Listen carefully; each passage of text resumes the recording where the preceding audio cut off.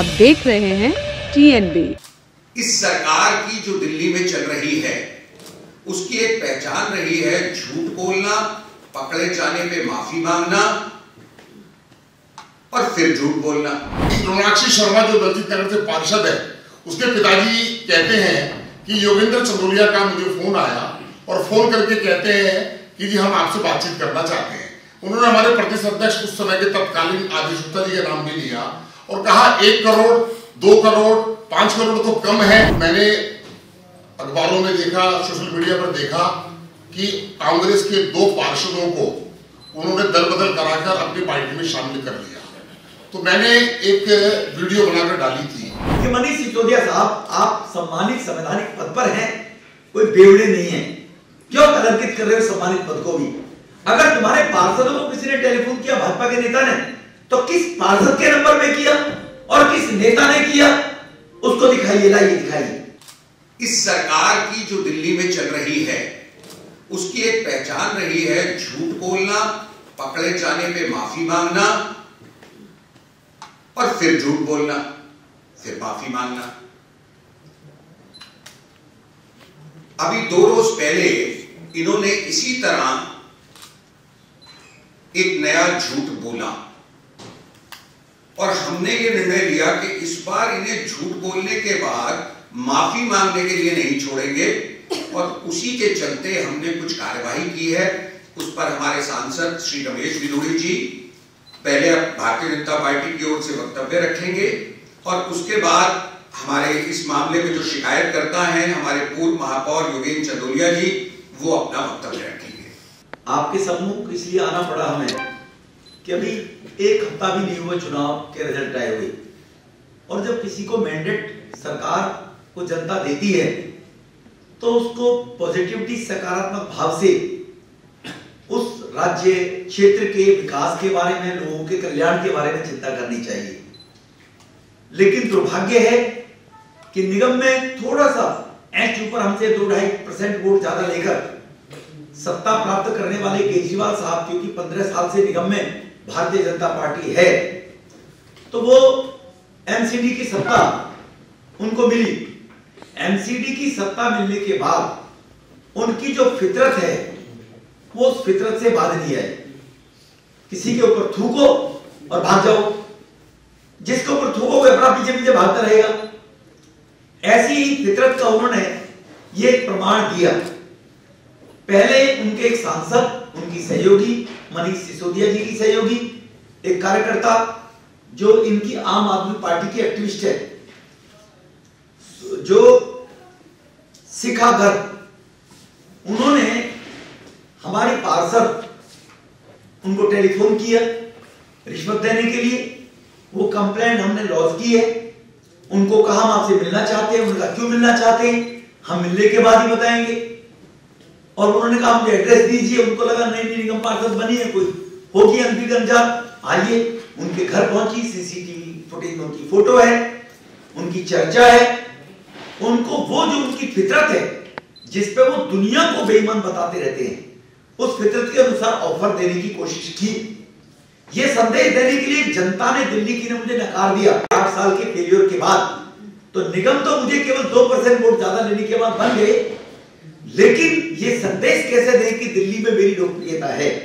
तो निगम पार्षदों की हॉर्स ट्रेडिंग करने के नाम से जो पहल उन्होंने की, वो उनके लिए ये नई बात नहीं है।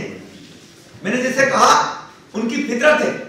यही काम 14 सितंबर 2022 को इन्होंने चंडीगढ़ में, जब पंजाब की सरकार बनी थी, तो पंजाब फाइनेंस मिनिस्टर हरपाल द्वारा इसी प्रकार की प्रेस कॉन्फ्रेंस की गई और 12 विधायकों को झूठे बराबर में बिठाकर और ये कहा गया हमें तोड़ने के लिए टेलीफोन किए जा रहे हैं, जिनमें से बाद में 1-2 विधायक ने कहा कि स्क्रिप्ट हमें पढ़ाई गई थी, बाद में सोशल मीडिया पे चला, आपने देखा होगा। इसी प्रकार से 24 अगस्त 2022 को इनके जो नेता हैं सांसद संजय सिंह जी, उन्होंने 3 विधायकों को बिठाया चुनाव से पहले, अपनी बराबर में बिठाया और विधायकों को बिठाकर ये कहा कि हमें खरीदने की कोशिश की जा रही है, ऑफर दी जा रही है। लेकिन आज तक ये नहीं बताया किसने टेलीफोन किया, किस नंबर से किया, कब किया, किसको किया। वो नकली अपने आदमी बिठा लिए जो रफू करते इनके 3 विधायक। वो स्थिति जैसी है वो आप सबने देखी है। तो इसीलिए इनका झूठ, धोखा, फरेब, ये है केजरीवाल, इसका पर्याय है झूठ, फरेब और धोखे का केजरीवाल साहब। उसके लिए उन्होंने इसी प्रकार से, जब ये गुप्ता जी हमारी जो पार्षद है उनकी शिकायत पर उनके खिलाफ शिकायत हो गई, तो उन्होंने देश को गुमराह करने के लिए, लोगों को गुमराह करने के लिए फिर कॉन्स्पिरेसी की। कॉन्स्पिरेसी करने के लिए संजय जी सामने आए और आने के बाद हमारे पूर्व दिल्ली के मेयर, जब यूनिफाइड एमसीडी होती थी, उसके standing committee chairman, senior leader, उनका नाम लेकर उन पर आरोप लगाया कि पत्रकार मित्रों, मैं 10 तारीख को दिल्ली से बाहर एक सामूहिक कार्यक्रम में गया था अहमदाबाद। तो मैंने अखबारों में देखा, सोशल मीडिया पर देखा कि कांग्रेस के 2 पार्षदों को उन्होंने दल बदल कराकर अपनी पार्टी में शामिल कर लिया। तो मैंने एक वीडियो बनाकर डाली थी कि जब आप आम आदमी पार्टी के पास एक बिग नंबर है, उसके बाद ये पार्षदों को खरीदने का ये जो काम आम आदमी पार्टी कर रही है, जिसके लिए मानी जाती है, तो वो मैंने ऐसा एक वीडियो डाला था। और 11 तारीख को 2 बजे सांसद संजय सिंह ने एक ट्वीट किया कि योगेंद्र राम का एक व्यक्ति भारतीय जनता पार्टी का आम आदमी पार्टी के पार्षदों से लेन देन की बात कर रहा है। और उन्होंने 3 पार्षद वहां पर प्रेस कॉन्फ्रेंस में दिखाए, एक रोनाक्षी शर्मा, एक कोई नावरिया है, एक ज्योति। और उन्होंने कहा, संजय सिंह ने कहा कि ये भारतीय जनता पार्टी खोखा पार्टी है, उल्टे सीधे हमारे ऊपर आरोप लगाए, जो कि बिल्कुल बेईमान पार्टी है, कट्टर बेईमान पार्टी है, वो भारतीय जनता पार्टी पर आरोप लगाएगी। तो उसके बाद उन्होंने कहा कि योगेंद्र चंदोलिया को गिरफ्तार किया जाए। और उन्होंने मांग की पुलिस कमिश्नर से कि मैं मांग करता हूं। जब मुझे दिल्ली से फोन आने लगे तो मैंने पार्टी हाईकमान में बात की, तो मैंने उनके ट्वीट का जवाब भी दिया। और उसके बाद मैंने अहमदाबाद एयरपोर्ट से एक मैंने वीडियो भी डाली थी। उसमें सीधा सीधा ये है कि रोनाक्षी शर्मा जो दलजीत नगर से पार्षद है, उसके पिताजी कहते हैं कि योगेंद्र चंदोलिया का मुझे फोन आया और फोन करके कहते हैं कि जी हम आपसे बातचीत करना चाहते हैं। उन्होंने हमारे प्रदेश अध्यक्ष उस समय के तत्कालीन आदेश गुप्ता जी का नाम भी लिया और कहा 1 करोड़, 2 करोड़, 5 करोड़ तो कम है। अपने आप ही उनकी मनगढ़ंत कहानियां थी, वही बोले जा रहे थे।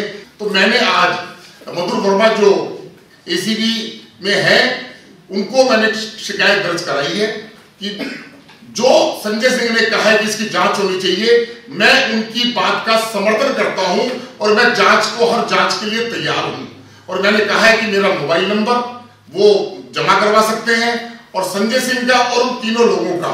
और इसमें अरविंद केजरीवाल भी शामिल इसलिए हैं क्योंकि जो प्रेस कॉन्फ्रेंस हुई है वो अरविंद केजरीवाल के कार्यालय से हुई है, उनके पार्टी ऑफिस से हुई है। उसके साथ साथ लगभग 1.5 से 2.25 लाख लोगों ने ये इसको देखा है। ये भारतीय जनता पार्टी को बदनाम करने की साजिश है।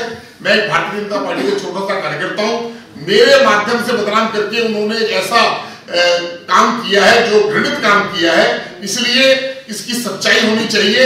और अगर जैसा अभी प्रवीण शंकर जी ने कहा कि उनका काम माफी मांगना है, मैं इस मामले के अंदर, क्योंकि पार्टी की उन्होंने बदनामी की है, हम उनको माफ करने वाले नहीं है। और मैं 2-3 दिन के अंदर मानहानि का दावा करूंगा और उसके बाद संजय सिंह को कटघरे में लाकर खड़ा करेंगे कि आइंदा कभी भी भारतीय जनता पार्टी की तरफ उल्टे आरोप लगाने का वो काम बंद करें। हमारे ताज़ा अपडेट्स पाने के लिए चैनल को सब्सक्राइब करें, बेल आइकन प्रेस करें, वीडियो को लाइक और शेयर करना ना भूलें।